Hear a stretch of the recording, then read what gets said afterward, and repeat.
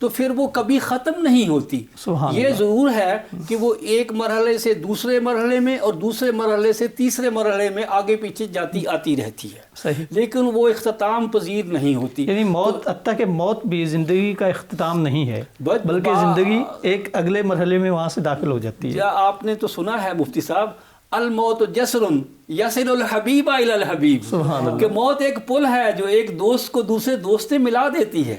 تو مسلمانوں کے عقیدے کے روح سے یہ جو جسے ہم موت کہتے ہیں, یہ انتقال الرجل من مرحلۃ الی مرحلۃ اخری. It is the change of the life from one stage to another stage. It is a shift of human life from one part of the life to the other part of life. Doctor صاحب آپ بہت عمدہ نقطہ پیش کر رہے ہیں. اسی کے پیش نظر مجھے آیت یاد آ گئی, خلق الموت والحیاء, کہ اللہ تعالیٰ نے موت کو بھی خلق کرنے کی بات کی ہے, کہ یہ بھی اللہ کی مخلوق ہے. سورہ ملک کی جو یہ آیت آپ پڑھ رہے ہیں اس کا ایک حصہ, اس کا اگلا حصہ بھی دیکھیے, خلق الموت والحیات لیبلوکم ایکم احسن عملا, کہ یہ موت اور حیات یہ اس لیے اللہ تعالیٰ نے بنائی ہے کہ تاکہ وہ اس بات کو آزمائے کہ تم میں سے بہترین عمل کرنے والا کون ہے. یہ ہدایت کا اگلا پہلو ہم اس طرف آتے ہیں. دوسرا ہدایت کا پہلو یہ ہے کہ آپ زندگی کے جس بھی فیز میں ہیں, جس بھی کاروبار میں ہیں, جس بھی پروفیشن میں ہیں, قرآن آپ کی ہدایت کرتا ہے, آپ کی رہنمائی کرتا ہے.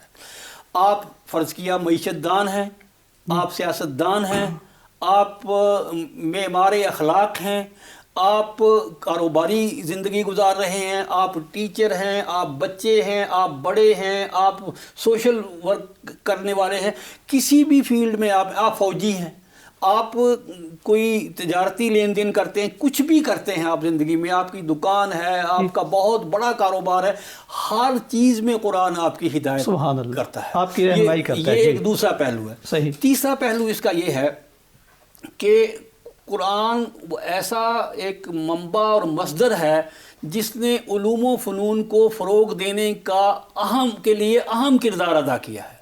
اب ایک آدمی اگر صرف کا ماہر ہے, نحو کا ماہر ہے, فلسفے کا ماہر ہے, فقہ کا ماہر ہے, شریعت کا ماہر ہے, سیاسیات کا ماہر ہے, معاشیات کا ماہر ہے, بشریات کا ماہر ہے, کسی بھی فیلڈ کا ماہر ہے, اس کو قرآن سے رہنمائی ملے ہی ملے اگر وہ اس کا متلاشی ہے. شرط صرف یہ ہے کہ قرآن کتاب ہدایت ہے اور اس میں ہدایت کے موتی پروئے ہوئے ہیں. یہ میری اپنی طلب ہے یا میری اپنی جستجو اور تلاش ہے کہ میں اس سے کس طرح سے ڈگ آؤٹ کرتا ہوں ان موتیوں کو, کیونکہ یہ کتاب تو ایسی ہے کہ جس کے بارے میں قرآن نے کہا فیہ شفاء للناس وہدی للمؤمنین, اس میں لوگوں کے لیے شفا بھی ہے, تو یہ اطباء کے لیے ہے.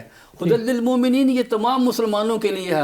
تجارت لن تبورا, تجارت یرجون لن تبورا, تو ایسی تجارت بھی قرآن میں ہے کہ جو کبھی خسارے میں نہیں جاتی.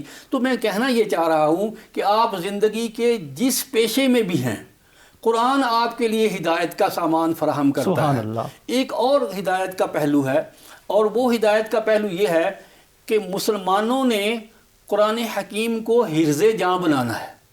جب ہم یہ کہتے ہیں کہ قرآن کتاب ہدایت ہے اور مسلمان اس پر من و عن عمل کریں گے, تو ہم یہ بات کہہ رہے ہوتے ہیں کہ زندگی کا کوئی بھی مسئلہ آپ کو درپیش ہو اور آپ نے اس کا حل تلاش کرنا ہو, تو آپ قرآن کی طرف سب سے پہلے رجوع کریں گے اور اس کے بعد کسی اور چیز کو آپ دیکھیں گے. اسی وجہ سے اسلامی فقہ میں اور اصول فقہ میں قرآن حکیم جو ہے وہ سورس آف دی سورسز ہے, پہلا بنیادی منبع ہے. فقہ کے جتنے مصادر ہیں یہ اس کا المصادر ہے. یعنی کسی بھی فقہی مسئلے کو ایسے سچ اور حق نہیں مانا جا سکتا جو قرآن کے مطابق یا قرآن کی ہدایت نہ لے رہا ہو. اسی طرح جو صرفی اصول بنائے, یعنی گرامر کے جو اصول بنے یا نحوی اصول بنے, ان میں اگر کوئی اصول قرآن کی کسی آیت یا آیت کے کسی سیگے یا کسی قرآن کے سیگے کے کسی ایک مشتق کے خلاف ہے تو وہ نہیں مانا جاتا، کیونکہ قرآن جو ہے وہ سب علوم کا منبع اور مصدر ہے. جس طرح وہ شریعت کا مصدر ہے، مصدر اول ہے، اسی طرح وہ فقہ کا مصدر اول ہے، صرف کا مصدر اول ہے، منطق کا مصدر اول ہے، فلسفے کا مصدر اول ہے. اللہ جو بھی آپ علوم و فنون ذکر کریں گے، حتیٰ وہ طب کا مصدر اول ہے، سبحان اللہ، اور حتیٰ کہ وہ انجینئرنگ کا مصدر اول ہے. اب آج کل میتھ کی بڑی بات ہوتی ہے اور میتھ کو کہا جاتا ہے کہ یہ ام العلوم ہے. میں آپ لتعلموا عدد السنین والحساب، قرآن کہتا ہے کہ اگر تم اس کو پڑھو گے تو تمہیں نہ صرف سالوں کی گنتی یعنی کیلنڈر معلوم ہوگا والحساب، بلکہ تم میتھ کے بھی ماہر بن جاؤ گے. تو قرآن حکیم کی ہدایت کا ایک پہلو یہ بھی ہے کہ وہ جس علوم یا فنون میں آپ کام کر رہے ہیں یا آپ کو مہارت تامہ حاصل ہے تو قرآن اس سے آگے کی بات کرتا ہے جہاں تک آپ پہنچے ہیں. چنانچہ قرآن کے علوم و فنون کی وسعت کا یہ عالم ہے کہ ابھی انسان نے جو دنیا، جو عالم، جو چیزیں تلاش نہیں کیے ہیں، سیارے یا ستارے تلاش نہیں کیے ہیں، جب یہ وہاں جائے گا تو وہاں بھی قرآن حکیم اس کے ساتھ ہوگا اور کتاب ہدایت کے طور پر اس کی رہنمائی کرتا ہے. یقیناً ایسا ہی ہے، کیونکہ یہ خالق کائنات کی کتاب ہے. وہ خالق جس نے یہ سارا نظام بنایا تو اس میں اس نے سارے علوم و معارف کو پرو دیا ہے. جناب سید ثاقب اکبر صاحب، ڈاکٹر صاحب بڑی خوبصورتی سے ان پہلوؤں پر بات کر رہے تھے. میں دوبارہ آپ سے سوال کرنا چاہوں گا کہ قرآن مجید کے جو موضوعات ہیں، بنیادی موضوعات، وہ کون کون سے ہیں؟ آپ ہمارے ناظرین کو بتائیے گا. قبلہ مفتی صاحب، یہ بڑی اہم گفتگو اور بڑی اہم بنیاد رکھ دی ہے اس سوال کے جواب کے سلسلے میں جناب پروفیسر صاحب نے. میں یہاں پہ آپ کے ناظرین کے لیے یہ عرض کروں کہ ایک تو تفسیر کا سلسلہ چل رہا ہے صدیوں سے، بسم اللہ الرحمن الرحیم الحمد شریف سے لے کے تو والناس تک ایک ترتیب کے ساتھ تفسیر کا سلسلہ جو ہے وہ چل رہا ہے. اس کے علاوہ تفسیر کا ایک نیا سلسلہ کچھ عرصے سے ہماری علمی محافل میں زیر بحث ہے اور علماء نے اس پہ کام کیا ہے. وہ ہے موضوعی تفسیر. صحیح. وہ ہے مضامین قرآن کے عنوان سے تفسیر. اس کی موضوعات کو لے کے تو علماء نے اور مفسرین نے اس پہ جو ہے وہ کام کیا ہے. میرا خیال ہے اس پہ ذرا خاصی گفتگو جو ہے وہ موجود ہے. تو آپ کا چہرہ بتا رہا ہے کہ آپ نے کوئی وقفہ لینا ہے. یقیناً ایسا ہی ہے. یہاں پہ ناظرین بڑی عمدہ گفتگو جاری ہے. ہم یہاں ایک بریک لینا چاہیں گے اور اس کے بعد دوبارہ یہیں سے ہم اپنی گفتگو کو شروع کریں گے. رمضان ہے قرآن کے اترنے کا مہینہ، مرحبا رمضان مرحبا. رمضان ہے قرآن کے اترنے کا مہینہ، مرحبا رمضان مرحبا. خوش آمدید ناظرین. میرے ساتھ ہمارے جو مہمان موجود ہیں پروفیسر ڈاکٹر محمد طفیل صاحب اور جناب سید ثاقب اکبر صاحب بڑے خوبصورت انداز سے قرآن مجید کے موضوعات پہ بات کر رہے تھے. تو ابھی ہم قرآن مجید کے موضوعات کے حوالے سے بات کر رہے تھے. جناب سید ثاقب اکبر صاحب، آپ بڑی خوبصورتی اور اختصار کے ساتھ، پہلے ڈاکٹر صاحب نے بھی بڑی تفصیل سے بیان کیا اور آپ بڑے اختصار کے ساتھ ابھی بیان کر رہے تھے کہ ہمیں بریک لینا پڑی، تو آپ دوبارہ موضوعات قرآن کے حوالے سے اپنی بات کو جاری. ہاں، میں یہاں پہ یہ عرض کروں کہ ایک تفسیر کا یہ منہج جو ہے کچھ عرصے سے عالم اسلام میں وہ جاری ہے. میں نے دیکھا کہ آیت اللہ شہید باقر صدر نے اس پر کام کیا ہے اور موضوعی تفسیر جو میرے سامنے لٹریچر ہے اس میں شاید انہوں نے وہ پیش گام ہے اس سلسلے میں. اس کے علاوہ ہم نے دیکھا پیام قرآن کے نام سے 10 جلدوں میں ایک موضوعی تفسیر آئی. آیت اللہ مکارم شیرازی اور ان کی ٹیم جنہوں نے تفسیر نمونہ 27 جلدوں میں اس پہ کام کیا جو ترتیب کے لحاظ سے ہے. پھر انہوں نے مناسب سمجھا کہ قرآن حکیم کے اہم ترین موضوعات پر موضوعی کام جو ہے وہ کیا جائے. وہ بڑی زبردست تفسیر ہے. اچھا ہوا کہ اس کا ترجمہ ہو گیا. شہید صدر والے کا بھی میں نے ترجمہ دیکھا ہے، اس کا بھی ترجمہ 10 جلدوں کا ہو گیا. اس کے علاوہ میں نے دیکھا کہ آیت اللہ جعفر سبحانی نے 12 جلدوں میں منشور جاوید کے نام سے ایک موضوعی تفسیر لکھی ہے. وہ بھی بڑی زبردست ہے اور خوبی کی بات یہ ہے کہ اس کا بھی اردو ترجمہ جو ہے وہ ہو گیا ہے. اب یہ ان میں سے پہلی تفسیر عربی ہے، باقی 2 تفسیریں جو ہیں یہ فارسی سے اردو میں ہوئی ہیں. ایک اور تفسیر میں نے آیت اللہ جوادی عاملی کی دیکھی ہے، بڑے گہرے عالم اور فیلسوف بھی ہیں، عارف مرد بھی ہیں، تو انہوں نے بھی اس موضوعی تفسیر پر جو ہے وہ کام کیا. اس سے پہلے جو ہمارے علماء کرتے رہے، پاکستان میں بھی کئی علماء میں نے دیکھا مضامین قرآن کے نام سے انہوں نے اس پہ ایک طرح کا یہی کام کیا ہے، تفسیر موضوعی ہی والا کام انہوں نے کیا. اچھا، اس سے یہ فائدہ ہوا کہ جو ایسے موضوعات جو انسان روٹین میں تو تفسیر کر رہا ہوتا ہے، اس کو جن چیزوں پہ ٹھہر کے کنسنٹریٹ کر کے اپنے قارئین کو متوجہ کرنا ہوتا ہے، بعض اوقات انسان اس سے چوک جاتا ہے. یہ کم مطلب اس میں بیان ہو پاتا ہے جس میں ضرورت زیادہ ہوتی ہے کہ زیادہ تفصیل سے کسی موضوع کو بیان کیا جائے.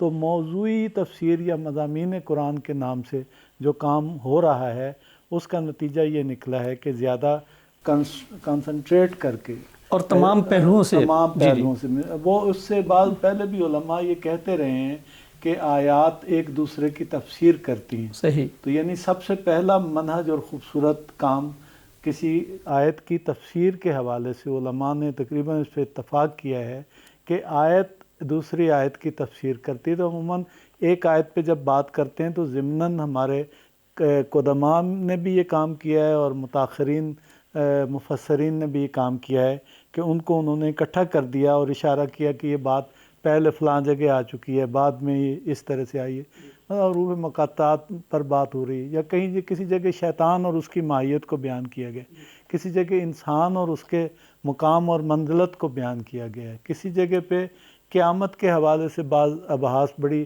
اہم آ گئی ہیں، اس پر انہوں نے بات کی ہے. تو انہوں نے یاد دلایا ہے البتہ، یعنی ماقبل کے ہمارے بزرگ مفسرین بھی اس سے صرف نظر انہوں نے نہیں کیا. قرآن مجید کا اپنا انداز بھی ایسا ہے کہ وہ مختلف مقامات پہ مختلف انداز میں ایک بات کو پیش کرتا ہے.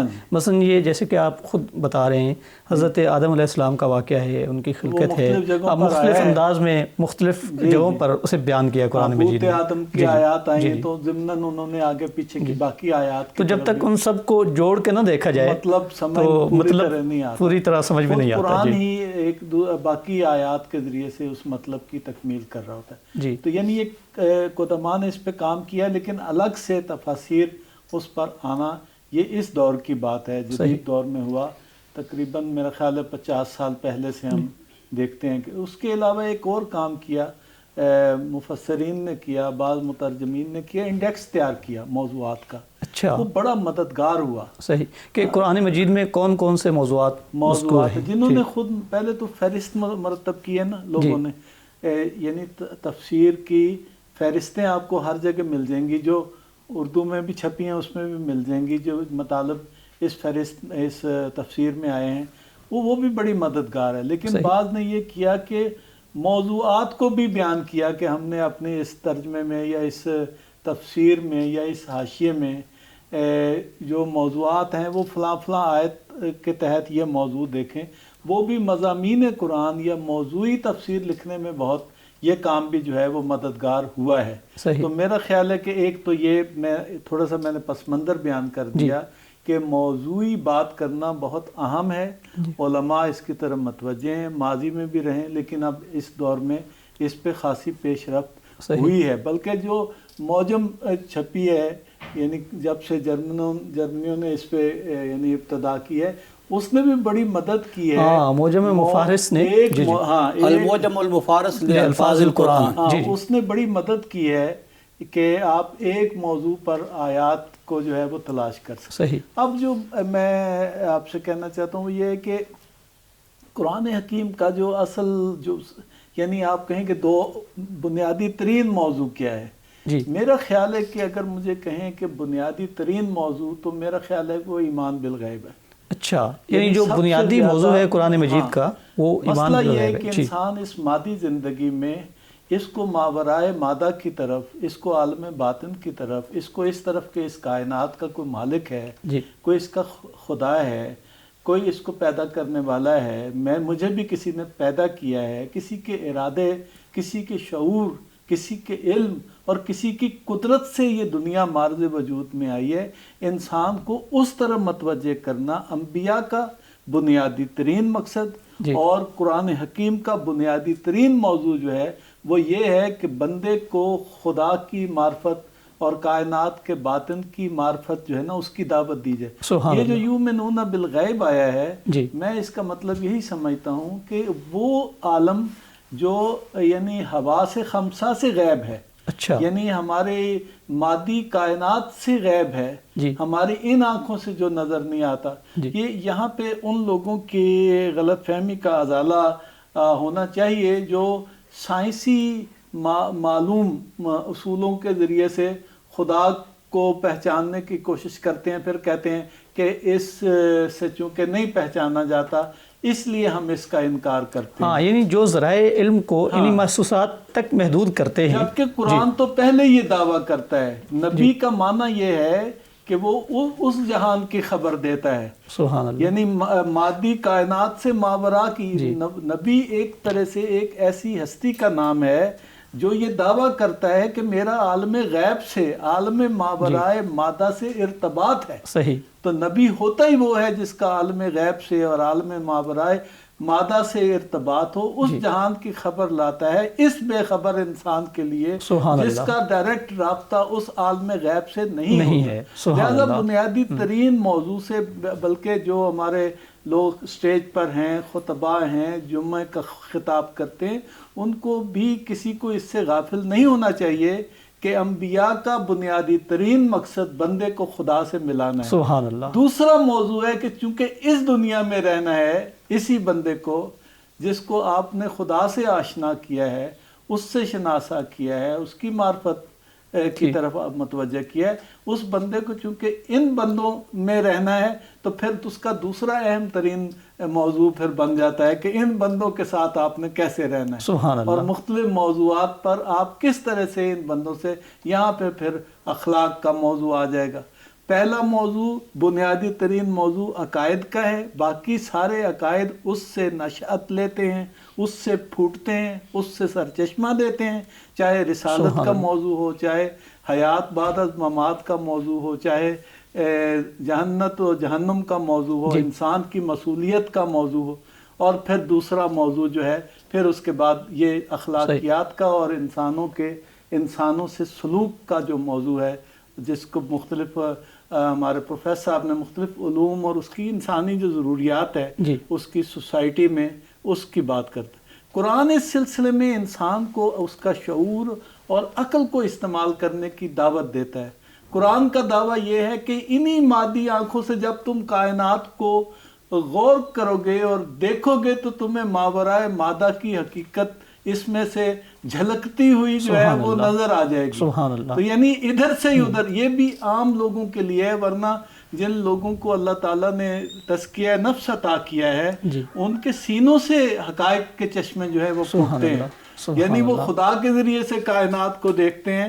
لیکن اس میں بھی کوئی حرج نہیں کہ قرآن نے عام انسانوں کے لیے کائنات کے ذریعے سے کی معرفت کے ذریعے سے خالق تک کو متوجہ کیا کی طرف جو ہے وہ انسان کو سوچنے اور پہچاننے کی دعوت دی۔ میں اسی موضوع کو تھوڑا سا آگے بڑھانا چاہتا ہوں۔ جی، بہت خوبصورت بات کی جناب سید ثاقب اکبر صاحب نے کہ اب قرآن کا موضوعاتی مطالعہ وہ انسانوں کی زیر نظر ہے، زیر تعمیر ہے، اس پہ بڑا کام ہو چکا ہے، لیکن یہ موضوع پہلے سے بھی ہمارے اسلاف میں موجود تھا۔ صحیح۔ چنانچہ احکام القرآن کے نام سے ابو بکر جساس نے 3 صدی ہجری میں ایک کتاب لکھی۔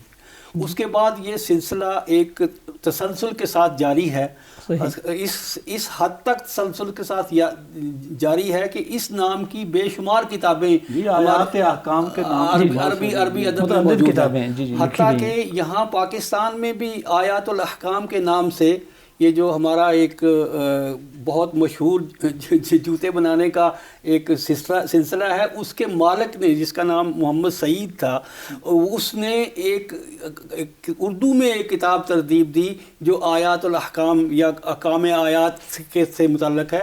پھر ایک اور سلسلہ شروع ہوا یہاں اردو میں جس میں عبد الوحید خان صاحب کی ایک کتاب القرآن اور انسان کے نام سے چھپی، جی زاہد ملک صاحب نے مضامین قرآن کے نام سے کتاب چھاپی، جی تنزیل الرحمان صاحب نے جو اسلامی نظریاتی کونسل کے چیئرمین بھی رہے، ان کی بھی مضامین قرآن کے نام سے کتاب آئی، اور اس طرح سے کئی کتابیں، یہ تو پورا موضوعات پورے کے پورے اس کا احاطہ کرتے ہیں، جی لیکن بعض کتابیں ایسی بھی ہیں کہ جو موضوع کے ایک پہلو کا احاطہ کرتی ہیں۔ مثلا اس طرح کی بھی کتاب لکھی گئی کہ قرآن حکیم میں زرعی اصطلاحات کون سی استعمال ہوئی ہیں، قرآن حکیم میں فلسفہ کی اصطلاحات کون سی استعمال ہوئی ہیں، حتیٰ کہ جن لوگوں نے گرامر، عربک گرامر میں قرآن کو استشہاد بنایا، انہوں نے بھی ان آیات کی ایک کنکارڈنس چھاپ دی۔ تو اس لحاظ سے قرآن کا مطالعے کا تو کوئی احاطہ ہی نہیں کیا جا سکتا، یہ تو بحر کرام ہے۔ پھر دوسرا پہلو جو جناب ثاقب صاحب نے بیان کیا وہ بہت اہم اس لیے بھی ہے کہ وہ ہماری دینی تعلیمات کی اساس ہے۔ آپ نے فرمایا کہ القرآن یفسر بعدہ بعدا، یا یفسر القرآن بعدہ بعدا، کہ قرآن کی ایک آیت دوسری آیت کی تشریح و تعبیر کرتی ہے۔ اس پر بھی ہمارے اسلاف نے بہت کھل کر کام کیا۔ چنانچہ بر صغیر میں جناب مولانا ثناء اللہ امرتسری ایک گزرے ہیں، ان کی چھپی ہوئی کتاب موجود ہے جو قرآن کی تفسیر قرآن سے کرتے ہیں۔ قرآن کی تفسیر حدیث سے یا اور چیزوں سے تو بے تحاشا اس پہ چیزیں موجود ہیں، لیکن قرآن کی تفسیر قرآن سے بھی کی گئی ہے، اور یہ بھی ایک بہت بڑا اہم موضوع ہے، اور یہ اس لیے اس پہ بات کرنے کی مزید ضرورت ہے کہ آج ہماری ضروریات یا ہماری زندگی کی ضروریات کا دائرہ کار بہت وسیع ہو گیا ہے۔ یقیناً آپ بہت عمدہ گفتگو فرما رہے ہیں۔ یہاں پہ میں ایک بریک لینا چاہوں گا، اس کے بعد ہم یہیں سے اپنی گفتگو کو جاری رکھیں گے۔ رمضان ہے قرآن کے اترنے کا مہینہ، مرحبا رمضان مرحبا، رمضان ہے قرآن کے اترنے کا مہینہ، مرحبا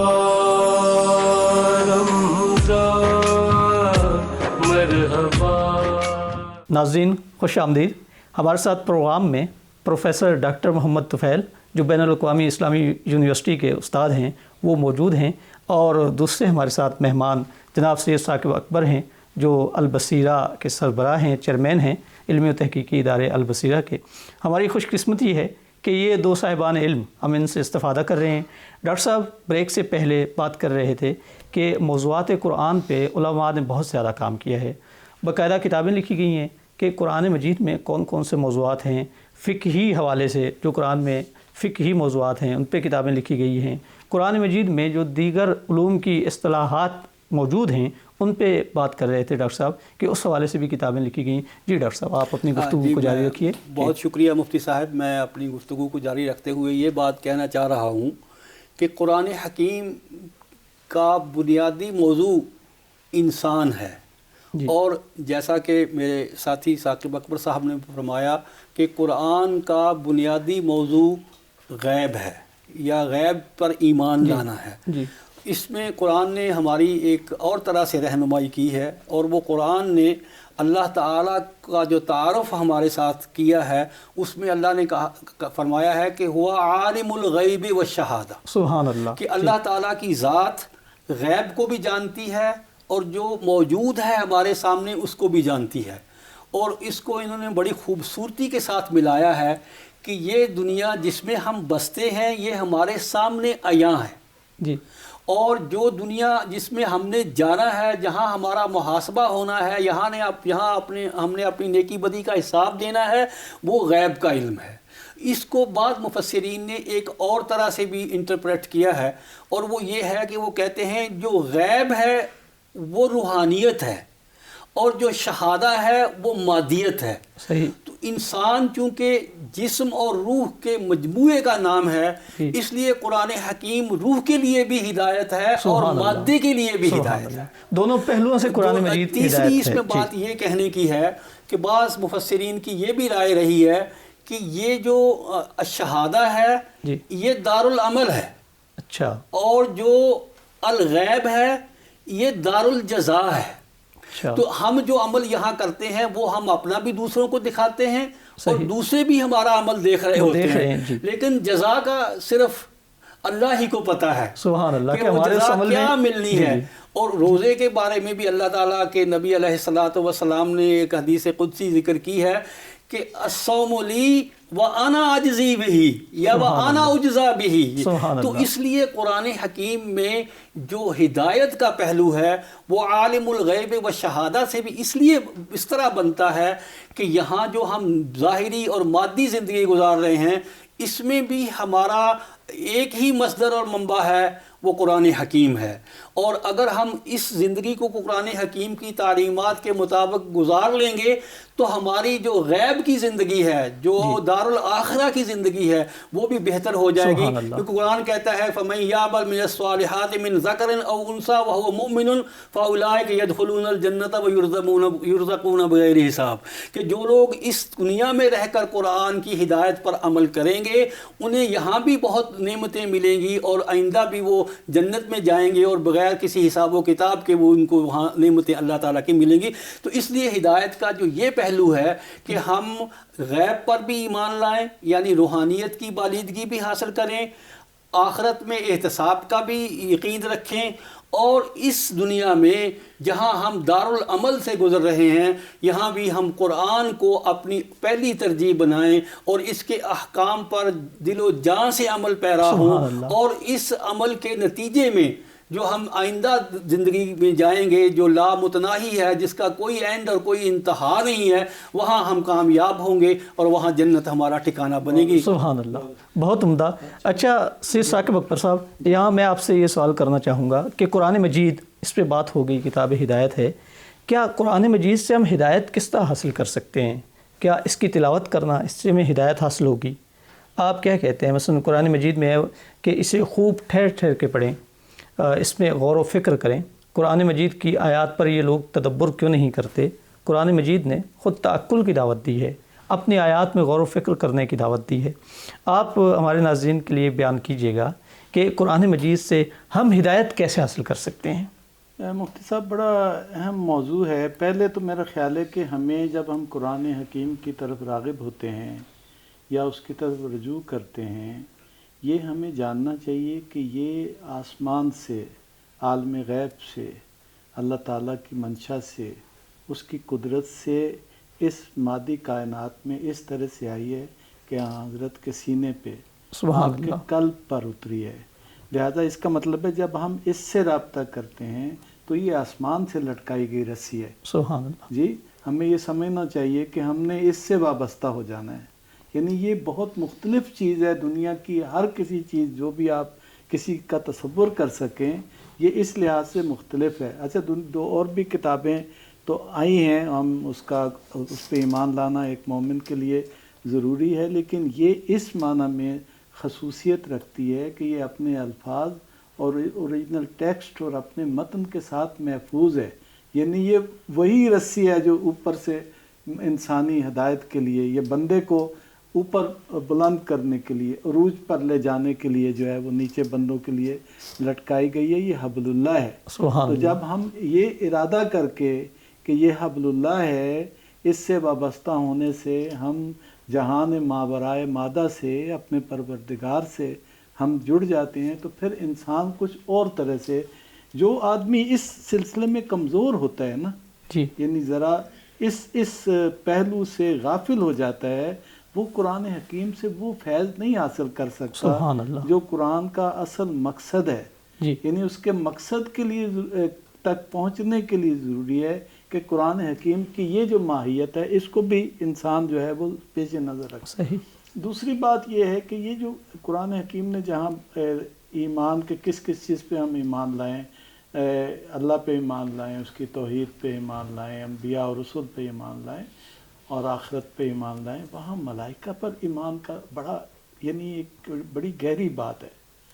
یعنی ملائکہ پر ایمان لانا تو ظاہر انسان کو ذرا سا ٹھہر کے سوچنا ہے. یہ سید الملائکہ کا نام جبریل ہے. یہ اللہ تعالیٰ نے کائنات میں یعنی سارے امور کی تدبیر کے لیے، اور بڑی ملائکہ پر الگ سے بحث کی ضرورت ہے، یعنی جو سارے ان امور میں جو سردار ہے اس کے ذریعے سے یہ کتاب جو ہے وہ بھیجی ہے، اور نبیوں کا جو سردار ہے اس کے اوپر آئی ہے. اور ہمیں یہ سوچ کر اس کی طرف جو ہے رجوع کرنا سبحان چاہیے، اللہ۔ پھر انسان اس کو جو ہے وہ ہدایت اس سے حاصل کرتا ہے۔ اچھا، قرآن حکیم کے موضوعات پہ بھی بات کرتے ہوئے اور آپ کے اس سوال کے ضمن میں بھی بات کرتے ہوئے میں یہ عرض کروں گا کہ قرآن معرفت انسان کی بھی کتاب ہے، سبحان اللہ جی، یعنی انسان کو متوجہ کرتی ہے کہ تم کیا ہو، صحیح، تم کون ہو، اس کے کمزور پہلو بھی بتاتی ہے اور اس کے مضبوط اور اچھے پہلو بھی بتاتی ہے۔ اسے یہ کہا گیا ہے کہ جب اللہ تعالیٰ نے اس کو جسم کو تیار کر لیا جی، تو نفخت فیہ من روحی، اللہ نے اپنی روح میں سے اس میں پھونکا سبحان ہے۔ اللہ، یہ کسی اور مخلوق کے لیے نہیں ہے، ہاں، یہ الفاظ کسی اور کے لیے استعمال نہیں کیے گئے قرآن مجید مخلوق میں کسی جی، اور کے لیے نہیں ہے۔ یہ جو جی، مقام اور مرتبہ انسان کا ہے جی، کہ روح الہی اس میں پھونکی گئی سبحان ہے، اللہ، تو اس کا اصل وجود اور اس کی اصل حقیقت جب روح الہی پھونک دی گئی پھر فرشتوں سے کہا گیا کہ اس کو سجدہ کرو۔ سبحان قرآن ہی یہ کہتا ہے کہ انسانوں کے لیے اللہ تعالیٰ نے مسخر کیا ہے اس کائنات کو، آسمانوں جی، اور زمینوں کو، گویا سارے اس کی خدمت میں ساری کائنات مصروف ہے، سبحان اور اللہ، فرشتوں کا سجدہ کرنا بتاتا ہے کہ انسان کی اصل حقیقت جو ہے وہ کائنات کی دیگر تمام مخلوق سے ماورا ہے۔ جی، اسی لیے اس کو کہا گیا ہے کہ جب یہ اپنے مقام سے گرتا ہے تو یہ اسفل جانوروں سے سافلین، بھی جی، پست ہو جاتا ہے، جی، یعنی یہ اس لیے کہ اس کا تو وہ مقام ہے، سبحان جب اللہ، اس مقام کی حفاظت نہیں کرے گا اپنے مقام انسانی سے غافل ہو جائے گا۔ یعنی آپ کو تو قرآن اٹھا کے کہاں لے جانا چاہتا سبحان ہے؟ اللہ، یہ قرآن ہے جو انسان کو اتنا بلند کر دینا چاہتا ہے۔ سبحان اللہ، یہ ہمارے جو سید و آقا ہیں ہمارے، اللہ تعالیٰ نے ان کو معراج عطا کی ہے۔ سبحان اللہ، خود انسانیت کے حوالے سے فرمایا وَلَقَدْ کَرَّمْنَا بَنِي آدَمَ، اور اسی طرح ہم سے نے اور بنی آدم بھی کو احسن تقویم میں پیدا کرنا جی، اور باقی کرامت ساری بخشی، جی، آیات بھی، یہ جو عام طور پہ ہم میرا خیال ہے اشتباہاً ہم اسے خلقت آدم کی آیات سمجھتے ہیں، یہ مقام آدم کی معرفت کی آیات ہیں، یہ جس کی سبحان طرف اللہ، میں نے اشارہ کیا ہے کہ انسان کو بتایا گیا کہ دیکھو تمہیں گمراہ بھی کی، تمہیں ہم نے فاعل مختار بنایا ہے، سبحان کہا اللہ، کہ یہ کام تم کر سکتے ہو، یہ تمہیں ہم منع کرتے ہیں، کر سکتے ہو لیکن تم نے اپنے ارادے سے باز آ جانا، ہم نے تمہیں منع کیا ہے ورنہ تم ظالموں میں سے ہو جاؤ گے۔ تو یہاں یہ بتایا ہے کہ انسان فاعل مختار پیدا کیا گیا ہے، اچھے کام کرے گا، اپنے مقام کی حفاظت کے ساتھ کرے گا تو ظاہر ہے کہ کامیاب و پیروز ہو جائے گا، اپنی خلقت کے مقصد کو پورا کرے گا، اور اگر وہ ایسا نہیں کرے گا تو پھر اس کے لیے حبوط ہے، پھر جیسا کہ جنت سے آدم نکالا گیا۔ تو یہ ساری آیات جو ہے انسان کی حقیقت کو جو ہے وہ آشکار کرنے والی ہیں، یہ سامنے رکھ کے اسی طرح اور بھی انسان شناسی کی بڑی خوبصورت آیات کو، اس کے کمزور پہلو اور باقی بھی اس کا جلد باز ہونا اور اس کی باقی چیزیں، اس کا ضعیف ہونا وغیرہ بیان کیا گیا ہے۔ میرا خیال ہے اپنی معرفت کے ساتھ ہمیں قرآن حکیم کی طرف رجوع کرنا چاہیے۔ آپ بہت عمدہ انداز سے آپ نے اس موضوع کو کور کیا۔ ڈاکٹر صاحب، میں آپ سے یہاں پہ سوال لینا چاہوں گا کہ قرآن مجید کتاب ہدایت ہے، ہمیں قرآن مجید میں بعض ایسی آیات ملتی ہیں جہاں سے یہ اندازہ ہوتا ہے کہ ہدایت دینا یا گمراہ کرنا یہ اللہ تعالیٰ کی طرف ان کی نسبت دی گئی ہے۔ مثلا اللہ جسے چاہتا ہے ہدایت دیتا ہے، اللہ جسے چاہتا ہے گمراہ کرتا ہے۔ تو اگر اللہ تعالیٰ انسان کو ہدایت دیتا ہے اور اللہ جسے چاہے اسے گمراہ کرتا ہے تو یہ ہمارا جو حسن اختیار ہے اس کی یہ بظاہر نفی نہیں کرتی آیات؟ بہت اچھے طرح سے آپ نے سوال کو فریم کیا، اللہ آپ کو جزائے خیر دے۔ میں اس سوال کا جواب دینے سے پہلے ایک اور بات کرنا چاہتا ہوں، میں اس سوال کا جواب دوں گا انشاءاللہ ضرور۔ قرآن کے بہت سارے اسماء خود قرآن حکیم میں ذکر ہوئے ہیں، ان میں سے قرآن مجید بھی ہے، کتاب بھی ہے، شفا بھی ہے، ہدایت بھی، سب کچھ بھی ہے، فرقان بھی ہے۔ ایک ذکر کا لفظ بھی ہے، جیسے قرآن نے کہا اِنَّا نَحْنُ نَزَّلْنَا الذِّكْرَ وَإِنَّا لَهُ لَحَافِظُونَ، کہ ہم نے اس قرآن حکیم کی کتاب کو نازل کیا اور ہم ہی اس کی حفاظت کرنے والے ہیں۔ میں اس وقت حفاظت پہ یا تدوین پہ بات نہیں کرنا چاہ رہا، میں اس وقت ذکر پہ بات کرنا چاہ رہا ہوں۔ میں یہ محسوس کرتا ہوں کہ آج کل انسانیت جو ہے وہ انگزائٹی کا شکار ہے، انسان میں طرح طرح کی پریشانیاں، وسوسے، اضطراب، بے چینی یہ بڑھتی ہی جا رہی ہے۔ تو ان سماجی برائیوں کے لیے قرآن حکیم کس طرح سے کتاب ہدایت ہے، میں اس موضوع پر ایک دو جملے چند جملے کہنے کی آپ سے اجازت چاہوں گا۔ سبحان اللہ، ہمارا وقت بہت محدود ہے۔ ہاں جی، قرآن یہ کہتا ہے الا بذکر اللہ تطمئن القلوب، کہ اگر آپ قرآن سے اپنی لو لگا لیں گے تو آپ کا دل مطمئن ہو جائے گا۔ تو میں یہ کہنا چاہتا ہوں کہ آج کی دنیا میں آج ہم جن مشکلات کا شکار ہیں وہ مادی ہیں، روحانی ہیں، متصوفانہ ہیں، اخلاقیات کی ہیں، سماج کی ہیں، ہماری اولاد کی ہیں، ہمارے بزرگوں کی ہیں، اس کی ایک ہی وجہ ہے، اور وہ یہ ہے کہ ہم نے قرآن سے اپنا منہ موڑ لیا ہے اور ہم نے دوسری چیزوں کو ترجیح دینی شروع کر دی ہے قرآن حکیم پر، حالانکہ قرآن کتاب ہدایت ہے۔ آپ جس مرض، جس ضرورت اور جس حاجت کے لیے بھی قرآن کا دروازہ کھٹکھٹائیں گے وہ آپ کی ضرور رہنمائی کرے گا، اور آج ہم جن مشکلات کا شکار ہیں وہ قرآن سے منہ موڑنے کے سبب ہے۔ اس لیے ہمیں قرآن سے اپنا تعلق مضبوط کرنا ہے اور قرآن کو اپنے لیے حفظ جاں بنانا ہے، اس میں تلاوت بھی ہے، تفہیم بھی ہے، اس کی انڈرسٹینڈنگ بھی ہے، اس پر عمل بھی ہے۔ سبحان اللہ۔ ڈاکٹر صاحب بہت شکریہ، آپ بڑے خوبصورت انداز میں آپ نے اس حقیقت کو عیاں کیا کہ اگر ہمیں دنیا و آخرت میں کامیاب ہونا ہے تو قرآن پر عمل کرنا ہے۔ سید ثاقب اکبر صاحب آپ کا بھی بہت شکریہ، آپ نے بڑے عمدہ نکات بیان کیے ہمارے ناظرین کے لیے۔ ناظرین، ہمارے پروگرام قرآن آئین زندگی اس کا وقت ختم ہوا چاہتا ہے، ہم کل دوبارہ اسی پروگرام کے ساتھ حاضر ہوں گے، تب تک کے لیے اجازت دیجیے، اللہ حافظ۔ رمضان ہے قرآن کے اترنے کا مہینہ، مرحبا